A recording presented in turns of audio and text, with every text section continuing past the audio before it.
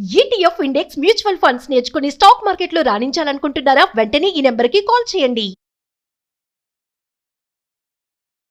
Hello hi నమస్తే welcome to Suman TV. ఈరోజు మనతో పాటు స్టూడియోలో అడ్వకేట్ మాలతి గారు ఉన్నారు. వీరితో ఈరోజు కొన్ని విషయాల గురించి మనం డిస్కస్ చేద్దాం. హాయ్ మాలతి. హాయ్.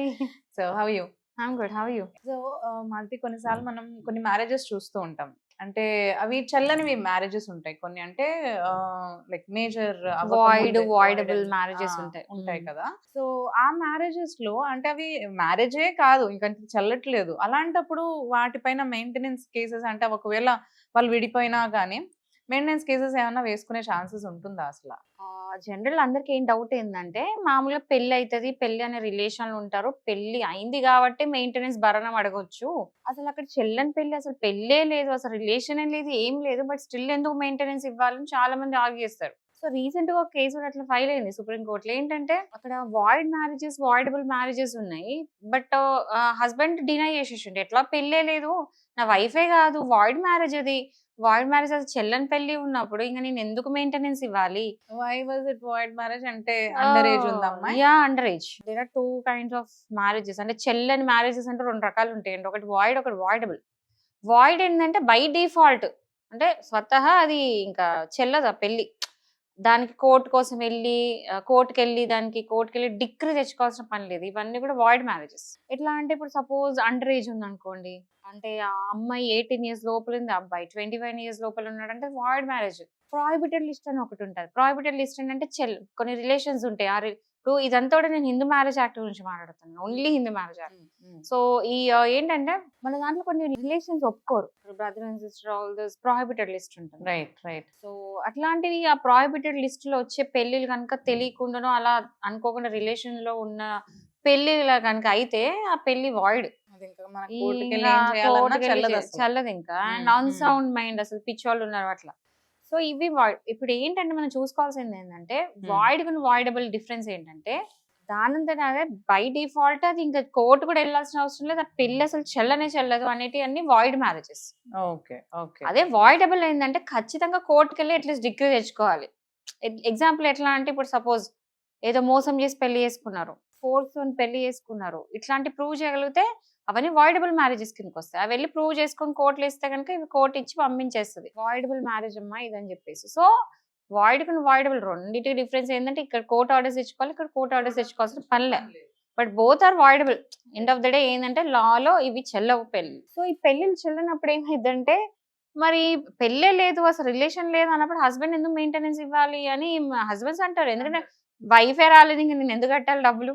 తప్పు కాదు కదా. కోర్ట్ ఏం చెప్పిందంటే, లేదు అల్టిమేట్లీ అమ్మాయి పెళ్లి అనేది అయితే అయింది, ఆ అమ్మాయి ఒక రకంగా మెంటల్ ట్రామా గో త్రూ అయింది, పెళ్లిలో వచ్చింది, తాళి కట్టించుకుంది, ఇవన్నీ అయినాయి కాబట్టి స్టిల్ పెళ్లి అయింది కాబట్టి మెయింటెనెన్స్ ఇవ్వాల్సిందే అని చెప్పేసి సుప్రీంకోర్టు చెప్పడం జరిగింది అనమాట. వాయిడ్ అయినా వాయిడబుల్ మ్యారేజెస్ అయినా కూడా మెయింటెనెన్స్ కట్టాల్సిందే, తప్పించుకునే అవకాశమే లేదు అని అర్థం. హస్బెండ్స్ కూడా వేయడానికి ఉంటుందా?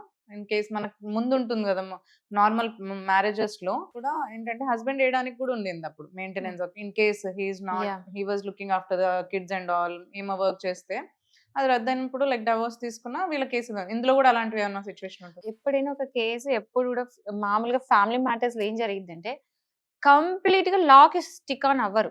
కొన్ని హ్యుమానిటేరియన్ గ్రౌండ్స్ కూడా చూస్తారు, సిచ్యువేషన్ బట్టి. హ్యుమానిటేరియన్ గ్రౌండ్స్, మానవత్వ దృక్పథం అని అంటారు కదా, ఆ కోణంలో చూస్తారనమాట. సో ఏంటంటే ఇక్కడ సిచ్యువేషన్స్ బట్టి ఏంటంటే, హస్బెండ్స్ కూడా మెయింటెనెన్స్ ఎప్పుడు వచ్చేది, హస్బెండ్స్ డిజేబుల్డ్ ఉన్నారు, పని చేసుకోలేరు, ఇంకా వాళ్ళ జీతాలు లేవేం లేవు. వేర్ వైఫ్ ఈజ్ ఎర్నింగ్, చాలా బాగా ఎర్న్ చేస్తుంది, షీ క్యాన్, అంటే ఆమె ఎర్న్ చేసుకొని ఆమె పోషించుకోగలుగుతుంది, పిల్లల్ని పోషించగలుగుతుంది, ఇంకా మనీ కూడా మిగులుతున్నాయి. అండ్ వేర్ హస్బెండ్ డిజేబుల్డ్ ఉన్నాడు, జాబ్ లేదు, ఏం లేదు, ఈమె వెల్ క్వాలిఫైడ్, ఆయన క్వాలిఫైడ్ కాదు. అండ్ ఆ సందర్భాల్లో ఏంటంటే అప్పుడు హస్బెండ్ వేసుకోవచ్చు మెయింటెనెన్స్. ఆ మెయింటెనెన్స్ వేసినప్పుడు కోర్టు ఇచ్చేది. బట్ అదే సినారీ ఇక్కడ లేదు. ఏంటంటే ఇప్పుడు వాయిడబుల్ మ్యారేజెస్ అయినా కూడా, ఇప్పుడు అండర్ ఏజ్ అనుకోండి, అక్కడ ఏమైతుందంటే ఇద్దరు కూడా మైనస్ అయిపోతారు. సో అట్లాంటి సిచ్యువేషన్స్ కూడా ఏమంటారు, కొన్నిసార్లు మెయింటెనెన్స్ ఇవ్వరు. అక్కడ ఏంటంటే మోసపూర్వితంగా ఏదైనా పెళ్లిళ్ళు అయినాయి, లేకపోతే అబ్బాయి మేజర్, అమ్మాయి మైనర్ అయిపోయింది, ఇలాంటి కండిషన్స్ లో మాత్రమే మెయింటెనెన్స్ ఇవ్వడం జరుగుతుంది. అంటే సిచ్యువేషన్ బట్టి, ఆ కేస్ బట్టి మారుతూ ఉంటది. సో ప్రతిదీ ఇట్లా అనాలిసిస్ చేసి ఇక్కడ వీళ్ళకి అంటే హస్బెండ్ ని చూస్తారు, వైఫ్ ని చూస్తారు, సినారియో చూస్తారు, ఫ్యామిలీ సిచ్యువేషన్స్ చూస్తారు. లాని చూస్తారు, అన్ని చూసి అప్పుడు అనాలిసిస్ చేసి ఆ కేసు బట్టి ఇవ్వాలా వద్దా అనేది కోర్ట్ డిసైడ్ చేస్తుంది. Completely description of court. So ఒక దాంట్లో ఇచ్చారు కాబట్టి ప్రతి దాంట్లో ఇవ్వాలి అని లేదు, ప్రతి దాంట్లో కూడా మారుతుంటుంది. సిచ్యువేషన్ బేస్డ్ వాళ్ళ Yeah. డెసిషన్ అనేది పాస్ చేయడం అనేది సో ఈ జరుగుతుంది. సందర్భంగా నేనేం చెప్తాను అంటే ఎవరు కూడా అండర్ ఏజ్ పెళ్లిళ్ళు చేసుకోకూడదు. జనరల్ పెళ్లికి ఏం కావాలండి, ఫస్ట్ ఏంటంటే రిక్వైర్మెంట్స్ ఆఫ్ మ్యారేజ్ ఏంటంటే ఫస్ట్ మేజర్స్ అయి ఉండాలి, సెకండ్ వచ్చేసి సౌండ్ హెల్త్ అయి ఉండాలి. సౌండ్ హెల్త్ అంటే ఇద్దరు కూడా మెంటల్లీ కరెక్ట్ ఉండాలి. ఒకళ్ళ ఇద్దరు ఇట్లా ఎవరైనా మెంటలీ డిసేబుల్డ్ ఉంటే కూడా, మెంటల్ డిసేబుల్డ్ ఉంటే కూడా అది పెళ్లి చల్లదు. థర్డ్ వన్ ఈజ్ ఈ ఏజ్ ఇదంతా అయిపోయిన తర్వాత ప్రాహిబిటెడ్ రిలేషన్షిప్ లో ఉండకూడదు. ప్రాహిబిటెడ్ రిలేషన్షిప్ లో ఉంటే మ్యారేజ్ వెళ్ళదు హిందూ మ్యారేజ్ యాక్ట్ ప్రకారం.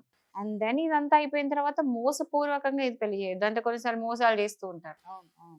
అట్లా మోసాలు చేసి పెళ్లి చేసుకోవడం అలా కూడా తప్పు. అలా చేసుకున్నా కూడా వాయిడబుల్ మ్యారేజ్ అయిపోతుంది ఒకవేళ ప్రూవ్ చేయగలిగితే. సో ఇలాంటి కేసెస్ లో ఏంటంటే హస్బెండ్ మెయింటెనెన్స్ ఇవ్వాల్సిందే కాబట్టి అలా డిసైడ్ చేస్తారు. So it depends totally on the case అండి. Case to case it differs actually. అందరికి ఇదే వర్తిస్తుందని ఉండదండి. ఉండదు అంతే. ఇప్పుడు నాకు ఎవరో ఇచ్చారు కదా నేను కూడా వెళ్ళి అడుగుతా అన్నట్టు ఉండదు. ప్రతి కేస్ టు కేస్ అట్లా డిఫర్ అవుతూ ఉంటుంది. Thank you Malathi, thanks Yeah. For information.